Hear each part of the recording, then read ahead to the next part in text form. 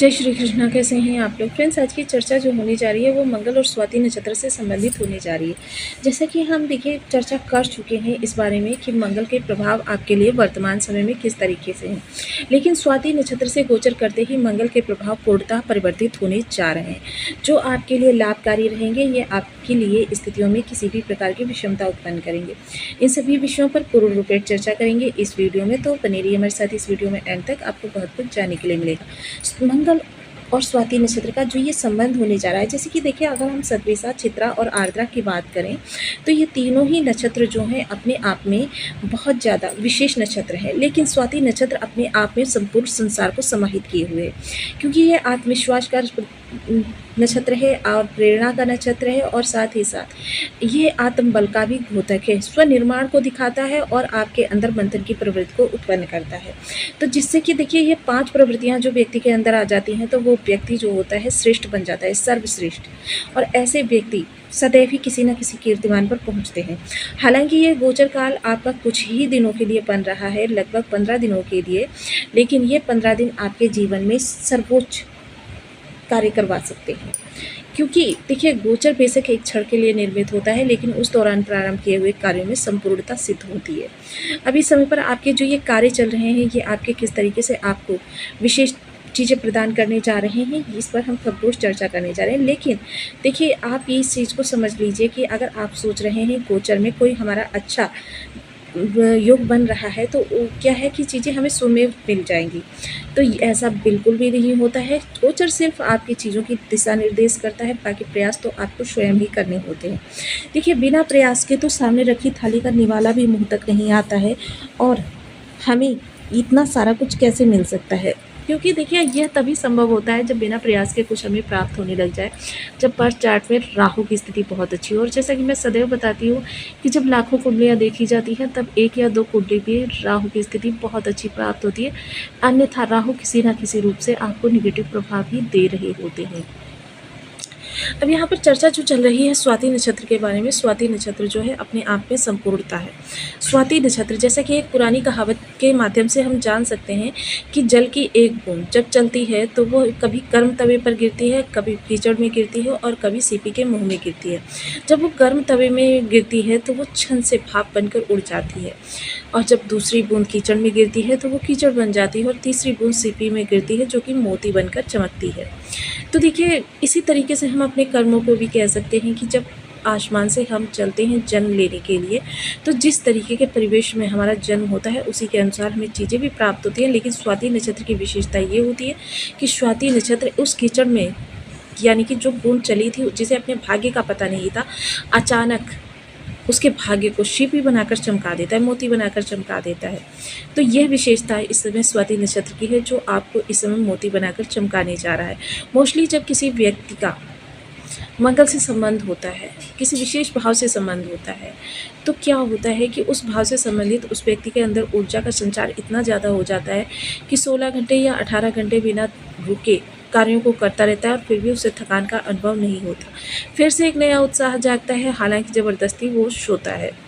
तो देखिए आराम करने के लिए ऐसे व्यक्तियों के पास समय नहीं होता है, तो इस गोचर काल को समझ कर ही अपने कार्यों को आगे प्रारंभ करें। हालांकि थोड़े से यहाँ पर आपके लिए नेगेटिव चीज़ें भी निकल कर आनी है, जिनकी भी चर्चा हम इस वीडियो में करेंगे आगे। लेकिन अभी ये जान लीजिए कि यदि आपके लग्न में 2 नंबर बना हुआ है तो ये राशिफल आपके लिए, यदि कुंडली में कहीं भी चंद्रमा के साथ 2 नंबर बना हुआ है तो ये राशिफल आपके लिए।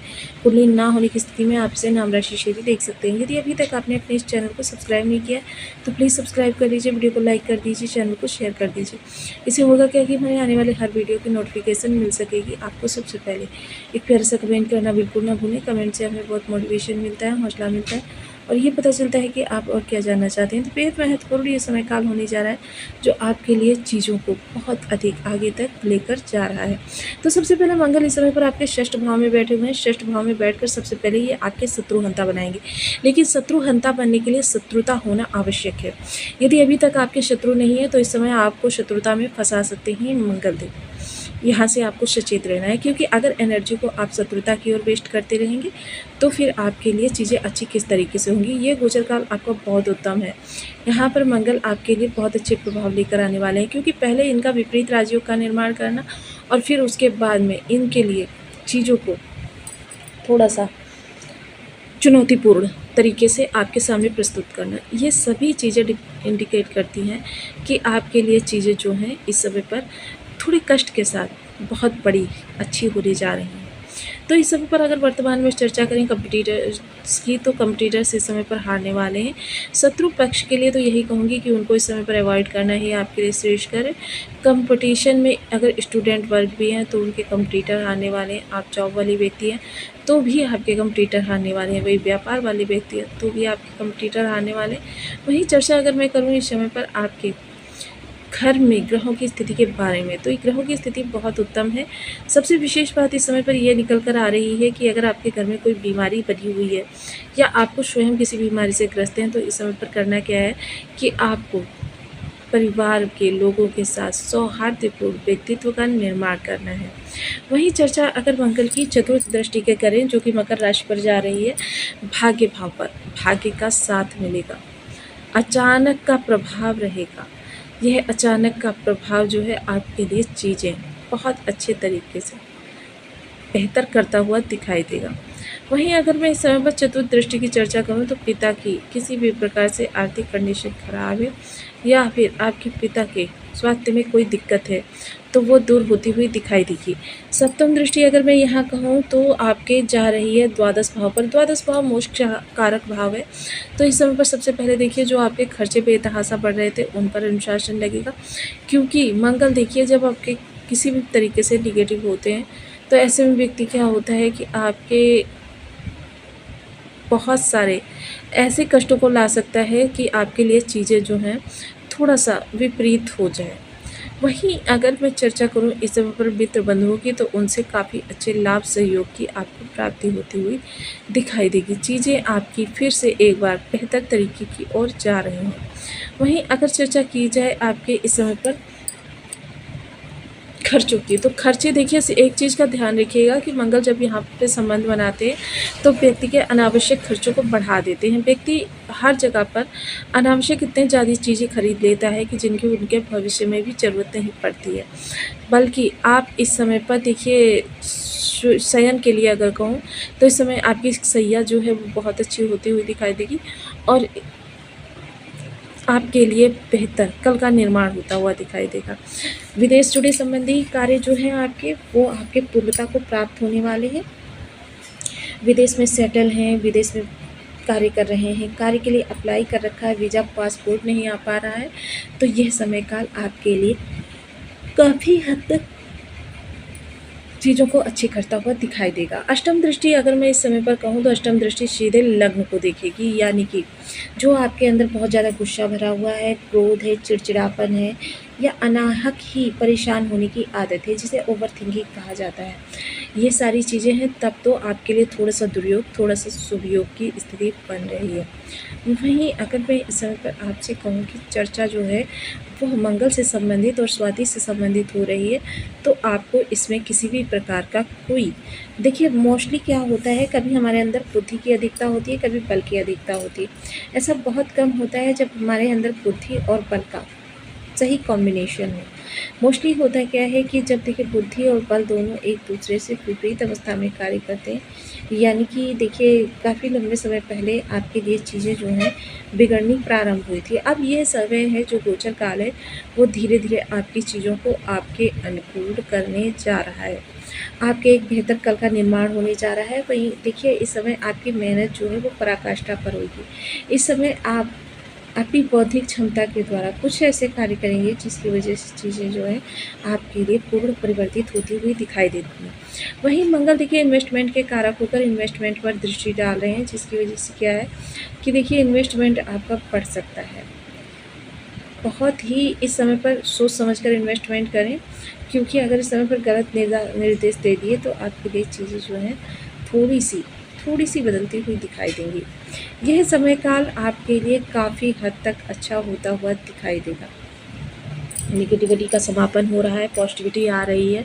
वहीं देखिए एक अंधकार युक्त सुबह के बाद जो प्रकाश युक्त सुबह आती है उसमें इन ग्रहों का विशेष योगदान रहता है।